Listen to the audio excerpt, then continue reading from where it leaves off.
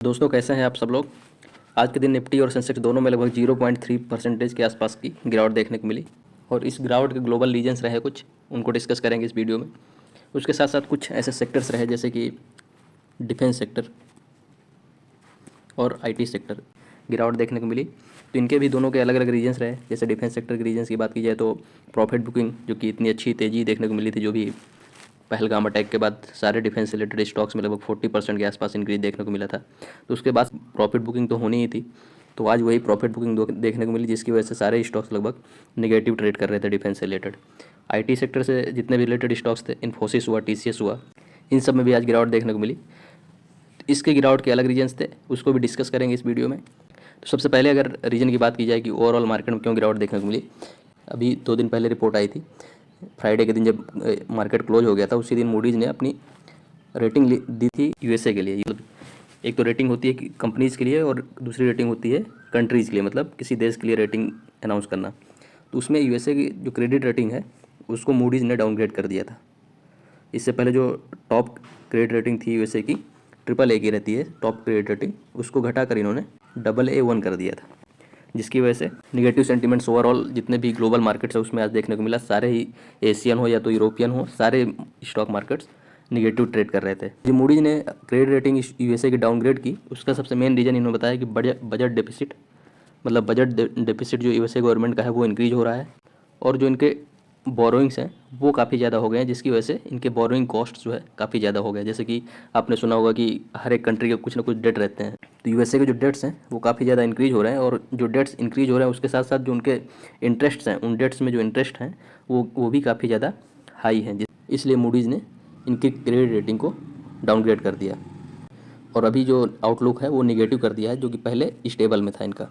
इसके बाद अगर दूसरे रीजन की बात की जाए तो यूएसए का जो ट्रेजरी है उसका बॉन्ड यील्ड भी इंक्रीज हो गया है। बॉन्ड यील्ड एक्चुअली क्या होता है, बॉन्ड यील्ड की बात की जाए तो ऊपर इंटरेस्ट रेट जो दिया जाता है किसी बॉन्ड को इशू करने में, और जो बॉन्ड का प्राइस रहता है, बॉन्ड प्राइस और इंटरेस्ट रेट, ये बॉन्ड यील्ड होती है।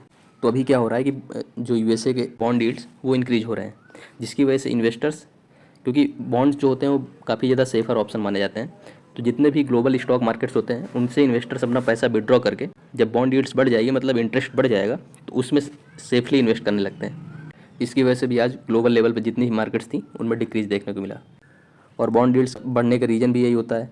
इन्वेस्टर जो होते हैं उनका भरोसा अब गवर्नमेंट में नहीं है, तो वो अब ज़्यादा इंटरेस्ट डिमांड कर रहे हैं बॉन्ड्स के रिस्पेक्ट में। दूसरा रीज़न हुआ बॉन्ड यील्ड। तीसरा रीज़न जैसा कि मैंने बताया था कि आईटी से रिलेटेड स्टॉक दो सेक्टर्स हमने बात किए थे, डिफेंस और आईटी। डिफेंस का तो मेन रीज़न डाउनग्रेड का कि प्रॉफिट बुकिंग था, बट आईटी रिलेटेड जितने भी स्टॉक्स हैं उनका मेजर जो रेवेन्यू जनरेशन होता है यूएसए मार्केट से ही होता है। तो अब अगर यूएसए में निगेटिव सेंटीमेंट्स बन रहे हैं क्योंकि मूडीज़ ने उनकी क्रेडिट रेटिंग को डाउनग्रेड कर दिया है, तो उसका इम्पैक्ट आईटी स्टॉक्स में भी देखने को मिलेगा। और वही आज हुआ कि आईटी से रिलेटेड सारे स्टॉक्स निगेटिव, लगभग 1 से 1.5% के आसपास की गिरावट जितने भी थे, इन्फोसिस हुआ, टीसीएस हुआ, विप्रो हुआ, जितने भी स्टॉक्स थे आईटी से रिलेटेड, सारे स्टॉक्स निगेटिवली ट्रेड कर रहे थे आज। कोई भी इकोनॉमिक या पॉलिसी इनस्टेबिलिटी होती है उसका negative impact Indian stock market के आईटी से रिलेटेड जितने भी स्टॉक्स होते हैं उसमें देखने को मिलता है। इसके बाद ये तो हुए कुछ रीजन्स जिसकी वजह से ओवरऑल मार्केट में गिरावट देखने को मिली, बट कुछ ऐसे स्टॉक्स जो न्यूज़ में रहे अपने कुछ ऑर्डर्स की वजह से, तो ऐसे स्टॉक्स डिस्कस कर लेते हैं। तो उसमें से पहला स्टॉक है INOX green. Operation and management के लिए ऑर्डर रिसीव हुआ है।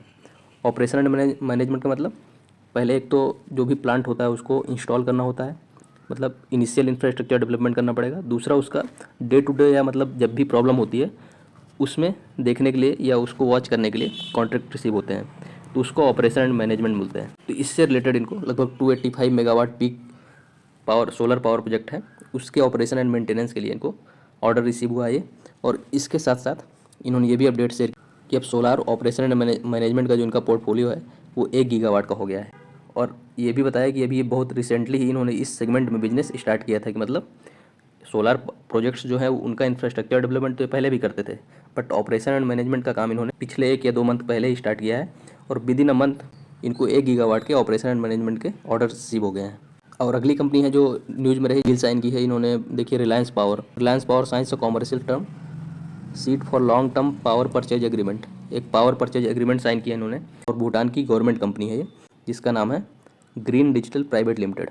रिलायंस और DHI जो कि वहाँ की भूटान गवर्नमेंट की कंपनी है, इनका 50-50% का शेयर रहेगा, और उसके थ्रू ये पार्टनरशिप में 500 megawatt solar power plant develop करने वाले हैं भूटान में, और इसके लिए इनको लगभग 2000 करोड़ के आसपास का इन्वेस्टमेंट करना पड़ेगा।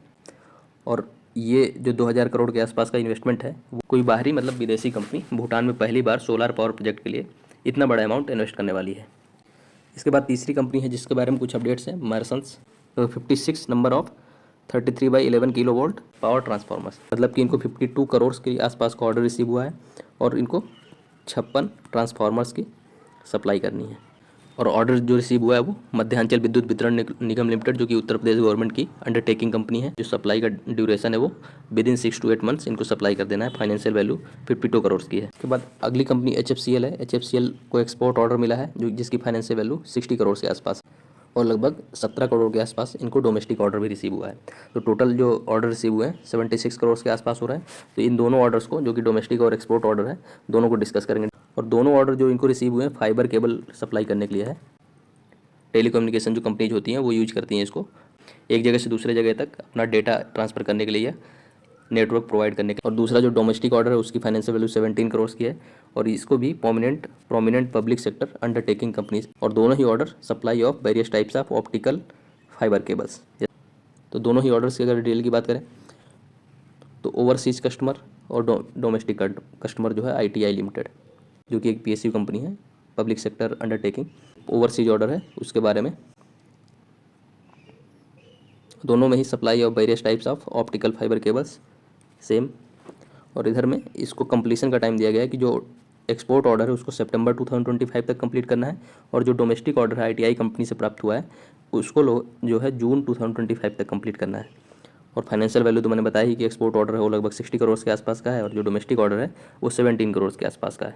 तो ये थी कुछ कंपनी जिनके बारे में अपडेट्स थी।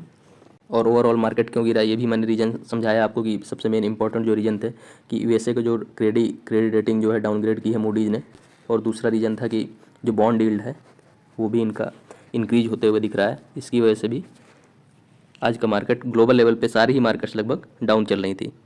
और अगर इस स्पेसिफिक सेक्टर्स की बात की जाए तो उसमें IT और डिफेंस में तो प्रॉफिट बुकिंग है, उसकी वजह से डिक्रीज देखने को मिला। और IT सेक्टर में USA से ही रिलेटेड है, क्योंकि मेजर जो IT कंपनीज है इंडिया में उनका मेजर रेवेन्यू जो आ रहा है USA से ही आ रहा है, तो वही उसी का इम्पैक्ट IT से रिलेटेड जितने भी स्टॉक्स थे सब में देखने को मिला, और सारे ही स्टॉक्स लगभग निगेटिव ट्रेड कर रहे थे आज के दिन।